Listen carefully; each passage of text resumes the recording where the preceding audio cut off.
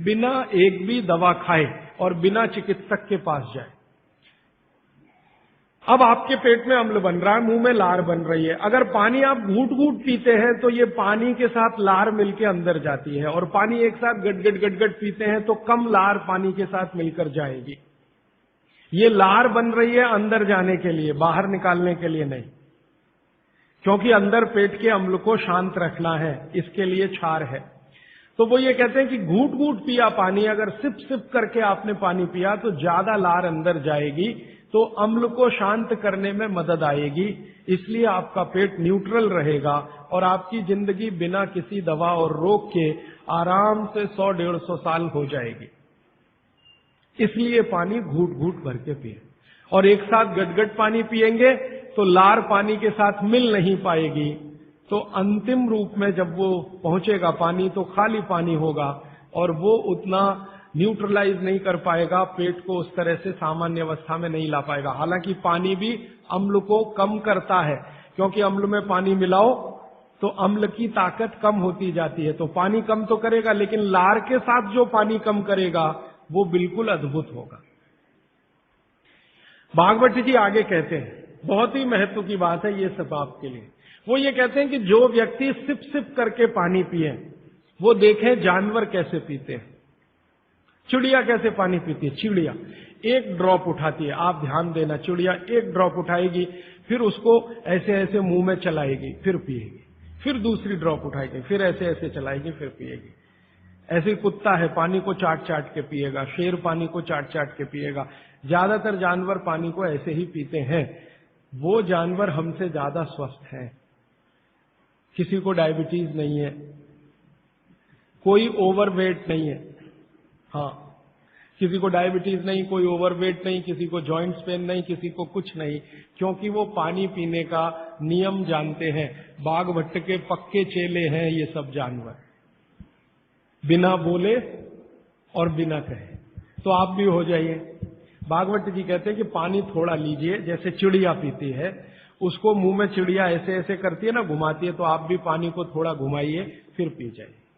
थोड़ा पानी लीजिए, मुंह में भरिए, पीजिए, फिर पानी भरिए, फिर भरिए, फिर पीजिए, ताकि इधर उधर की सब लार पानी के साथ मिलकर अंदर जाए। अब वो ये कहते हैं कि जो ऐसे पानी पी लेगा कोई रोग आने की संभावना नहीं, माने आपके सारे रोगों की एक दवा। तो मैंने ये एक्सपेरिमेंट शुरू किया, ये मैंने पढ़ा था 6 साल पहले। भागवत जी को मैंने 6 साल पहले पढ़ना शुरू किया, 3 साल पढ़ने में लग गया और 3 साल समझने में लग गया।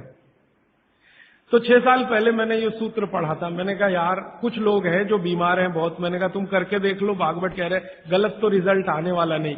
तो आपको सुनकर हैरानी होगी, हमारे जो दोस्त हैं, सहयोगी हैं, जिनका वजन बहुत ज्यादा था, उन्होंने पानी सिप सिप करके पीना शुरू कर दिया, और भोजन के 1.5 घंटे के बाद पानी पीना शुरू। ये 2 सूत्रों का ही परिणाम है कि सबके वजन पहले से आधे हो गए। एक तो मेरा दोस्त है जिसको मैं कभी आपके सामने खड़ा कर सकता हूं, 140 किलो का था वो, और 1 सवा साल हो गया, लगभग अभी 1.5 साल है, अब 70 किलो का है, बिना कोई दवा खाए, बिना भोजन में कोई बदलाव किए, सिर्फ पानी पीने का तरीका बदला। फिर मैंने डॉक्टरों से बात की कि ये चक्कर क्या है, तो उन्होंने कहा बात सीधी सी ये है कि जो लार है ना, ये दुनिया की सबसे अच्छी औषधि है, इसकी मेडिसिनल प्रॉपर्टी सबसे ज्यादा है। आपने जानवरों को देखा होगा, उनको कभी भी कोई चोट लगे तो वो अपने लार से ही ठीक कर लेते हैं, चाट चाट के, क्योंकि उसमें मेडिसिन है। तो मनुष्य की लार में भी है। अब वो ये कहते हैं कि भारत के वो मनुष्य या स्त्रियां और पुरुष बहुत ही दुर्भाग्यशाली हैं जो इस लार को अंदर ले नहीं जा पाते। जैसे तंबाकू खाने वाले लोग थूकते ही रहते हैं, उसको थूकते ही रहते हैं, थूकते ही रहते हैं। गुटखा खाने वाले लोग, मावा खाने वाले लोग थूकते ही रहते हैं, थूकते ही रहते हैं। तो डॉक्टर लोग कहते हैं कि वो जिंदगी की सबसे महत्वपूर्ण चीज को थूक रहे हैं, जिसको बनाने के लिए भगवान ने 1 लाख ग्रंथियां आपके मुंह में दी हैं। आप जानते हैं ये लार पैदा होने में 1 लाख ग्रंथियों का काम होता है। 1 लाख ग्रंथियां हैं जो रात दिन आपके लिए लार बनाती हैं, और आप गुटखा खा खा के उसको थूकते रहते हैं, तो सड़क तो खराब करते ही हैं, अपने को उससे ज्यादा खराब करते हैं। तो मेरी हाथ जोड़कर विनती है कि आप में से कोई लार थूकने वाला हो, थूकने वाला आदमी, ये तो भागवत जी की डिक्शनरी में नहीं है। वो कहते हैं कि एक ही कंडीशन में आप कुछ थूक सकते हैं, जब कफ बहुत बढ़ा हुआ हो, तभी, बस। उसके अलावा दूसरी कोई कंडीशन नहीं कि आप थूकें। तो यहां तो बिना कफ बढ़े हुए तंबाकू खा खा के, गुटखा खा खा के थूक रहे हैं, तो ये थूकना नुकसानदायक है। गुटखा तो नुकसानदायक है ही, तंबाकू तो और भी नुकसानदायक है, उससे भी ज्यादा थूकना, तो मत थूकिए। तो फिर आप कहेंगे जी पान खाएं, तो पान खाने के लिए नियम बताया, बहुत माइक्रो लेवल पे कैलकुलेशन है भागवत जी। वो कहते हैं कि पान खाओ तो कत्था मत लगाओ, बिना कत्थे का पान खाओ, थूकने की गरज ही नहीं, क्योंकि जो भी खाओगे वो चूना है, कैल्शियम है, तो अंदर जाएगा, और वो कैल्शियम क्या क्या अद्भुत काम करेगा वो कल बताने वाला हूं मैं। तो वो कहते हैं कि पान भी खाना है तो थूकना नहीं है, कत्था है तो थूकना पड़ेगा, कत्थे बिना ही पान खाओ। माने हमारे पुराने पूर्वज और बुजुर्ग जो तंबाकू का नहीं, कत्थे का नहीं, सिर्फ चूना लगा के जो पान खाते हैं, वो भागवत के चेले सब के सब शिष्य उनके। तो वो कहते हैं पान भी खाना तो थूकना नहीं है, जो मुंह में लार के साथ पान है वो अंदर ही जाए, क्योंकि पान और चूना दोनों ही मेडिसिन है। एक वातनाशक है और दूसरा पित्तनाशक है, और कफ का भी नाश करता है। पान तो पित्त और कफ दोनों का नाश करता है, और चूना वात का नाश करता है। तो वो कहते हैं कि पित्त और कफ का नाश कर दिया पान ने, चूने ने कर दिया वात का, तो वात पित्त कफ तीनों ही संतुलित है, तो पान खाके तो जिंदगी भर निरोगी रह सकते। ये है। तो आपको पानी पीना है घूट घूट भर के, ताकि ज्यादा लार अंदर जाए, और पानी को बच्चों की तरह से मुंह में घुमाइए, जैसे बच्चे अक्सर करते हैं ना, वो बहुत अच्छी क्रिया है। ठीक है, अब आगे चलता हूं। आगे का एक सूत्र है भागवत जी का कि पानी कभी भी पिए तो ठंडा ना पिए। पेट को दुरुस्त रखने के लिए ही है ये सारे सूत्र आज जो मैं कह रहा हूं। पानी जब भी पिए तो ठंडा ना पिए। कैसा पानी पिए जी? तो वो कहते हैं कि आपके शरीर का तापमान देखें, उसके अनुसार के तापमान का ही पानी पिए, माने शरीर के तापमान के बराबर का पानी पिए, माने गुनगुना पानी पिए। गुनगुना शब्द है। एक शब्द कोमट, कोमट शब्द गुजराती है? नहीं, मराठी है शायद। हाँ, गुनगुना पानी पिए। नवसे का पानी कहते हैं राजस्थान में, नवसे का हल्का गरम गुनगुना पानी पिए। कभी भी पानी की गर्मी शरीर के तापमान के ऊपर ना हो, ऐसा पानी पिए। तो अब आपका शरीर का तापमान है 37 डिग्री, तो 37 डिग्री अगर आप पानी को लेके जाएंगे तो वो गुनगुना ही होता है। रूम टेम्परेचर के ऊपर रहता है, बॉडी टेम्परेचर के बराबर रहता है। तो ऐसा पानी पिए, गुनगुना ही पानी पिए। क्यों? अभी मन में प्रश्न आएगा क्यों? हम तो जी ठंडा पानी पीते हैं, फ्रिज का पानी पीते हैं, बर्फ डाला हुआ पानी पीते हैं। तो भागवत जी इसको बहुत अच्छे से समझाते हैं, और आधुनिक विज्ञान का इसमें मैं जोड़कर आपको समझाता हूं।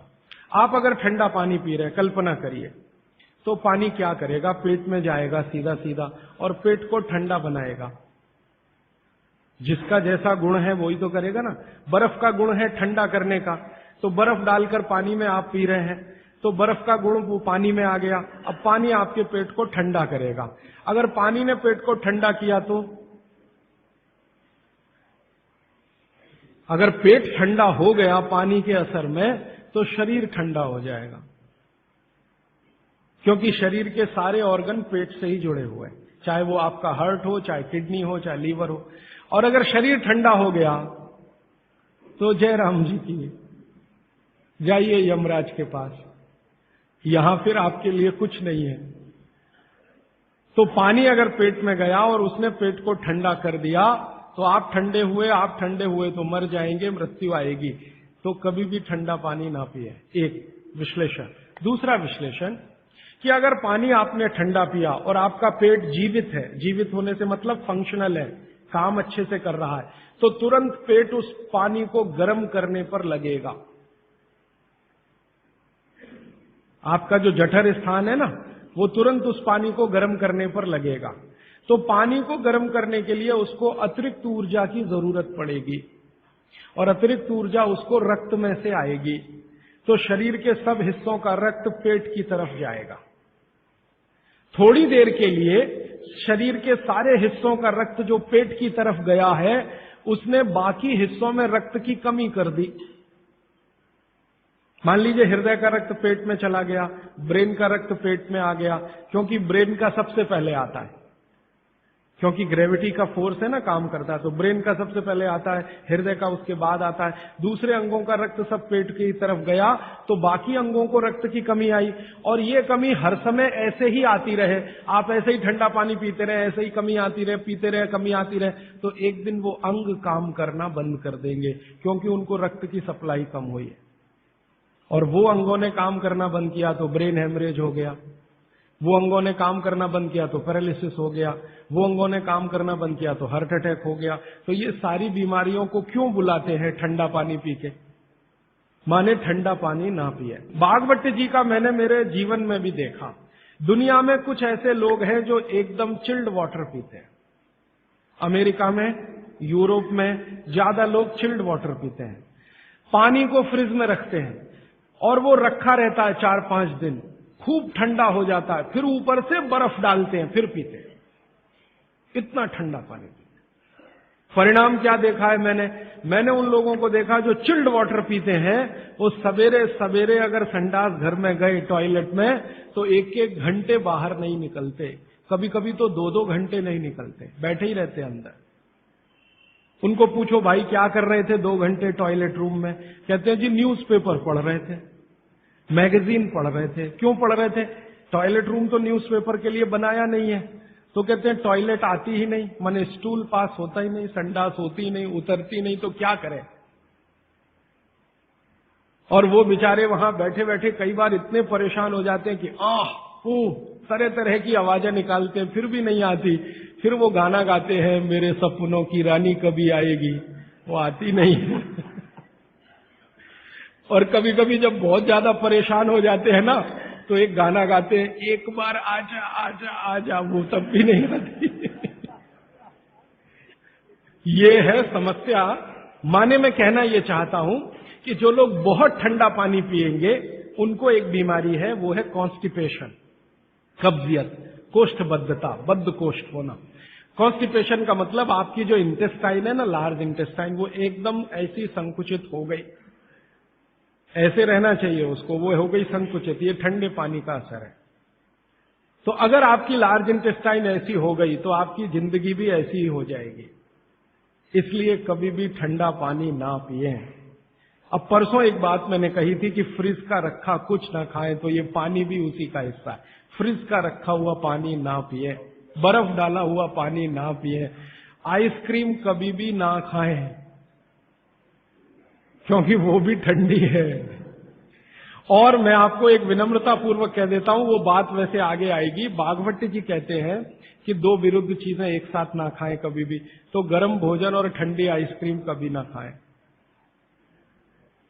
अक्सर मैं शादियों में, बारातों में जाता हूं, तो वहां मैंने देखा है कि भोजन गर्मा गर्म कराएंगे, अंत में आइसक्रीम जरूर खिलाएंगे। सर्वनाश, बुला बुला के हमारा सत्यानाश करते हैं।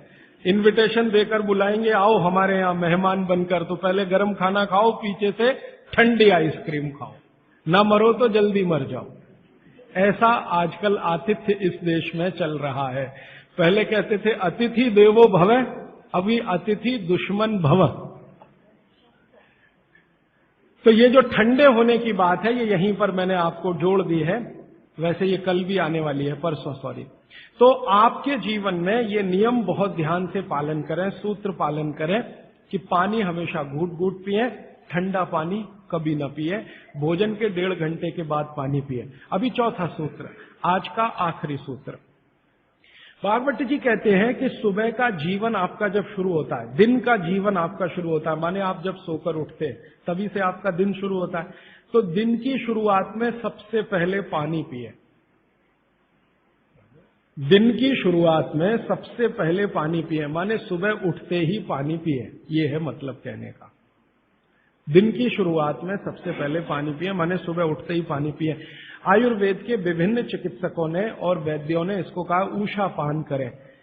उषापान माने सुबह उठते ही पानी पीना, सबसे पहले पानी पीना, दांत धोए बिना पानी पीना, मुंह धोए बिना पानी पीना, कुल्ला किए बिना पानी पीना। अगर आप सुबह उठते ही बिना मुंह धोए पानी नहीं पी सकते तो रात को कुल्ला करके सोइए, दांत साफ करके सोइए, दंत मंजन करके सोइए, दातुन करके सोइए, उठते ही पानी पीजिए। क्यों? कारण पूछिए। कारण उसका यह है कि रात भर जब आप सो रहे थे तो शरीर की सारी क्रियाएं तो शिथिल हो जाती हैं, लेकिन ये लार बनने की क्रिया ज्यादा शिथिल नहीं होती, ये चालू रहती है। तो रात भर आपने लार बनाई है, मुंह में जगह जगह जमा है, वो अंदर जाना बहुत जरूरी है, क्योंकि वो बेशकीमती है। भागवत जी कहते हैं कि ब्रह्म मुहूर्त की जो लार होती है वो बाकी 24 घंटों में सबसे ज्यादा कीमती है। तो सुबह सुबह जो लार बन रही है ये अंदर जानी ही चाहिए, इसलिए बिना कुल्ला किए पानी पीने का नियम है। इसी को उषापान कहा जाता है। तो सुबह उठते ही पानी पिएं। कितना पिएं जी? तो उन्होंने 1 से 1.25 लीटर का कैलकुलेशन दिया वयस्कों के लिए। वयस्क माने 18 से 60 साल, 1 से 1.25 लीटर। और 18 से नीचे वाले जो लोग हैं उनके लिए 1.25 लीटर माने 750 ग्राम, और 60 के ऊपर वालों के लिए भी 750 ग्राम, 750 ग्राम। 750 ग्राम माने कम से कम 2 गिलास बुजुर्गों के लिए, 2 गिलास बच्चों के लिए, और 3 गिलास आपके उम्र के लोगों के लिए। कम से कम इतना पानी पिए। पीने का तरीका मैंने बता दिया, वो घूट घूट सिप सिप करके ही पीना है, मुंह में घुमा घुमा के पानी पीना है। भागवत जी ने ये जो कहा ना सुबह की लार बहुत कीमती होती है, मैंने इस पर थोड़े कुछ एक्सपेरिमेंट किए पिछले एक आध साल। बहुत सारे कुछ पेशेंट ऐसे हैं जिनको डायबिटीज है, और डायबिटीज की कंडीशन में आप जानते हैं कि कोई घाव हो जाए, घाव तो जल्दी भरता नहीं। तो मेरे पास ऐसे कुछ 8-10 पेशेंट हैं जिनको ऐसी ही कंडीशन है। डायबिटीज होने के कारण शरीर में फुंसी हो गई, फोड़ा हो गया, घाव बढ़ गया, वो भरता नहीं। मैंने उनको दवाएं बंद किया होम्योपैथी का। फिर मैंने कहा भैया, भागवत जी ने कहा कि सुबह की लार बहुत कीमती है, तुम ऐसा करो सुबह उठते ही जो लार है ना उसको लगाओ तुम्हारे घाव पे, और आप देखेंगे चमत्कार। 15 से 20 दिन में घाव भरना शुरू, 3 महीने में बिल्कुल बराबर। एक तो मेरे पास गैंग्रीन का पेशेंट है, गैंग्रीन हुआ, डॉक्टर कहता था पैर काटना ही पड़ेगा इसका, कुछ होता नहीं अभी और कोई। उसने बेचारे ने साल भर लार लगा लगा के ही अपना ठीक कर लिया। तब मेरे समझ में आया कि जानवर हमसे ज्यादा होशियार, चोट लगते ही वो चाटना शुरू कर देते।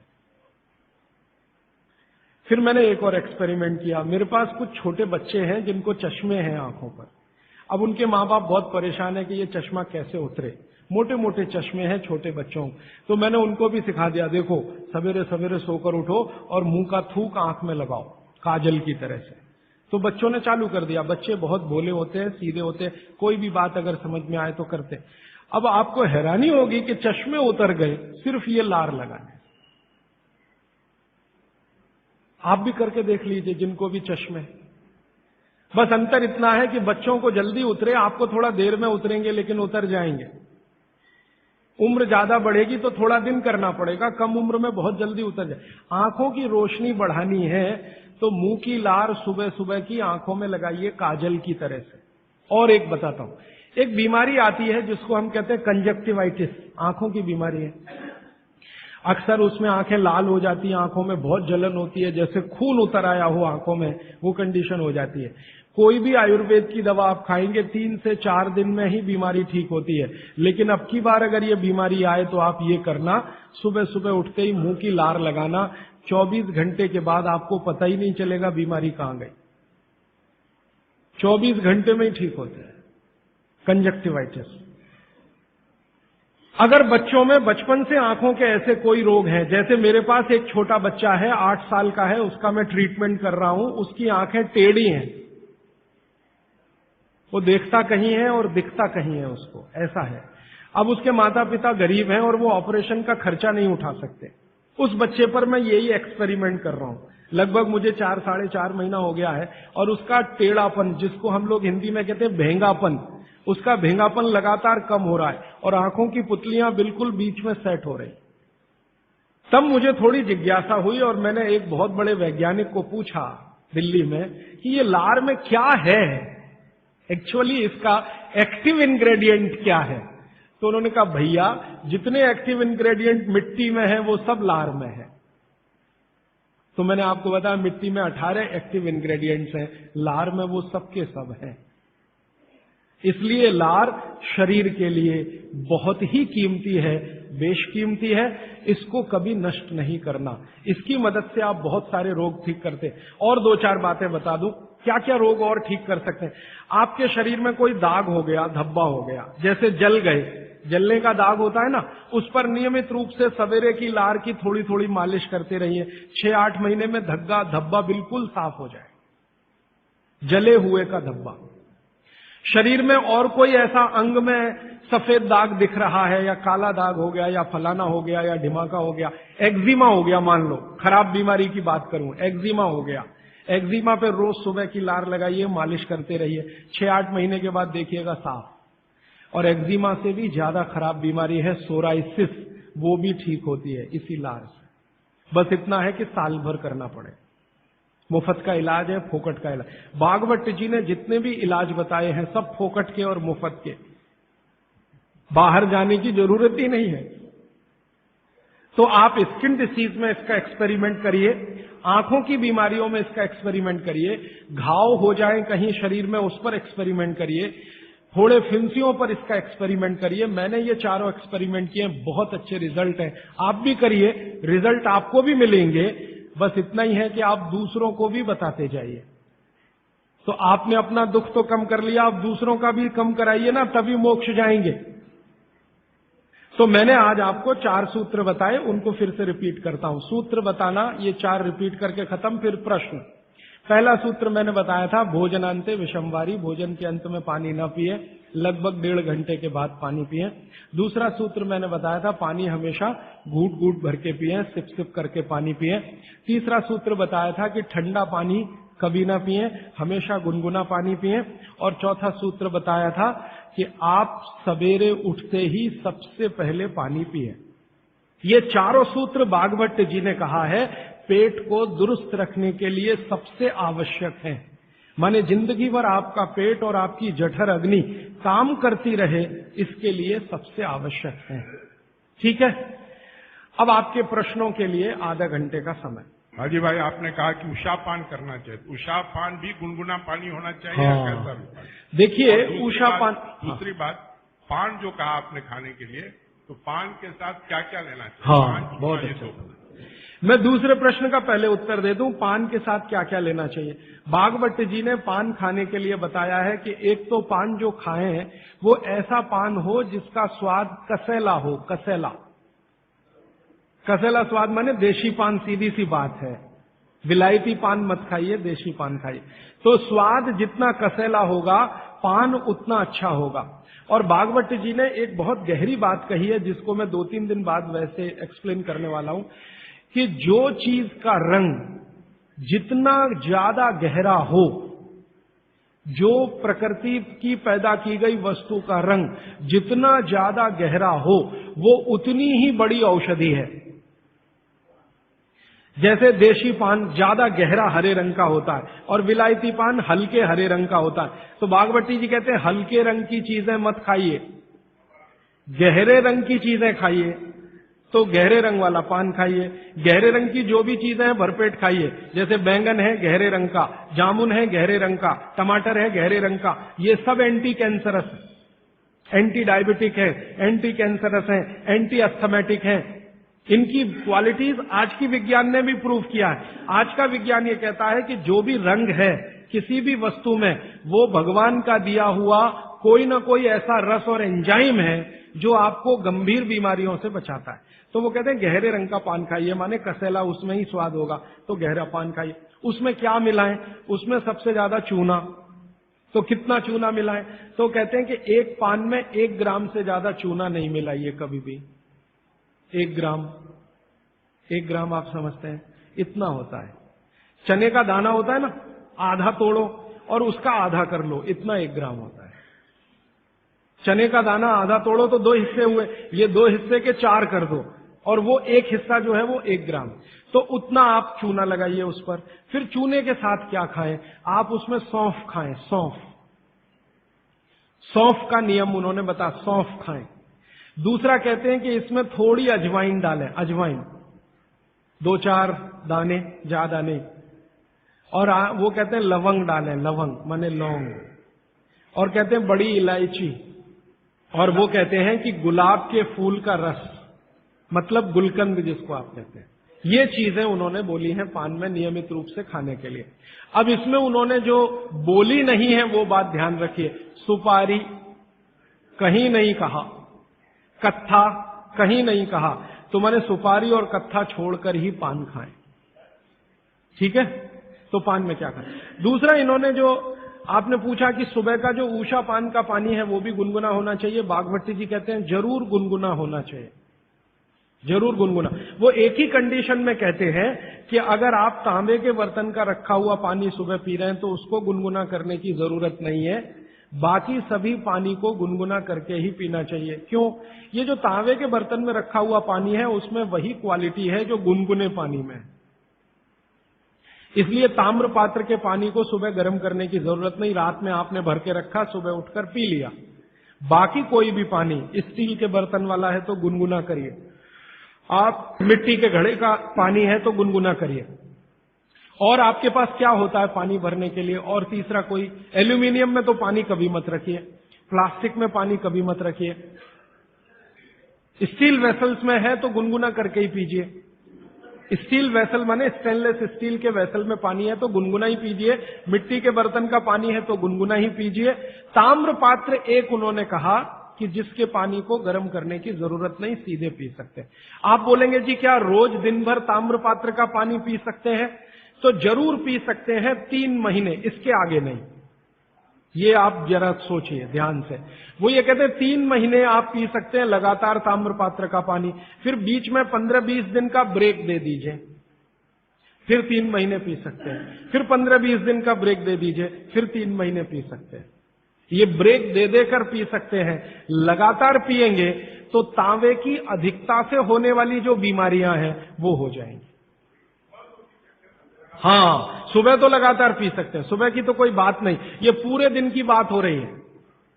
कोई लोग ऐसे हैं कि पूरे दिन ही तांबे के बर्तन का पानी पीते हैं, तो बागभट्टी जी ये कहते हैं कि 3 महीने लगातार पीजिए पूरे दिन, फिर उसके बाद 15-20 दिन ब्रेक दे दीजिए, 15-20 दिन को दूसरा पानी पी, फिर आप वापस 3 महीने कर सकते हैं, फिर ब्रेक दे दीजिए, फिर तो 24 घंटे वाले जो लोग हैं ताम्र पात्र का पानी पीने वाले, उनके लिए ये नियम है। सुबह का तो ताम्र पात्र का ही सबसे अच्छा है जी। भोजन के बाद जो रस और मट्ठा पीने के बताए थे आप, तो क्या ये आम्रदही को शांति करेगी? हाँ, बहुत अच्छा सवाल है, बहुत अच्छा सवाल।